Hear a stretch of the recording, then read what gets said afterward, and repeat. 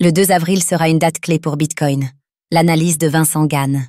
La première semaine d'avril sera décisive pour la haute finance et la tendance des actifs risqués en bourse avec deux temps forts fondamentaux, le jour de la libération. Du mercredi 2 avril avec les tarifs douaniers réciproques de Donald Trump ainsi que la mise à jour du rapport NFP le vendredi 4 avril. Décryptage fondamental et technique avec Vincent Gann.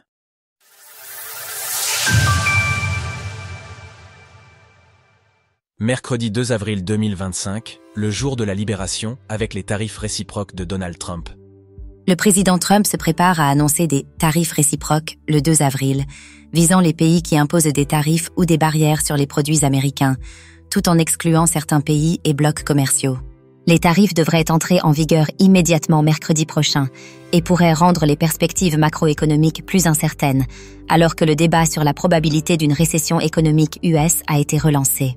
Pour le marché actions US, les actions internationales et le Bitcoin, cette journée du mercredi 2 avril pourrait être décisive selon les paramètres des tarifs réciproques.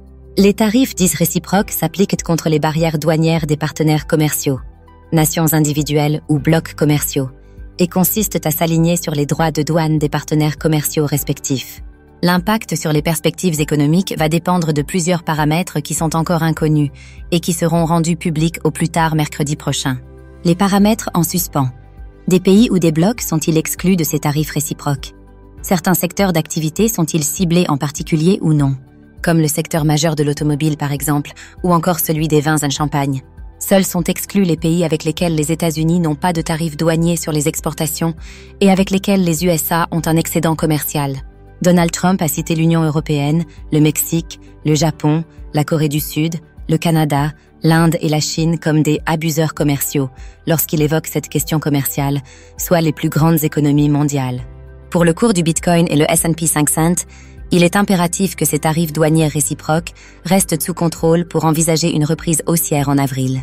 Notons enfin que sur ce sujet de la macro US, le rapport NFP sera mis à jour lors de la session boursière du vendredi 4 avril. Quelles sont les meilleures plateformes de trading de Perpetuals Crypto?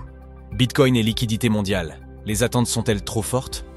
Dans mes 3 précédents articles publiés dans les colonnes de Cryptost, je vous ai montré la corrélation positive, avec un lag temporel d'environ 70 jours, entre la tendance de la liquidité mondiale et le prix du BTC.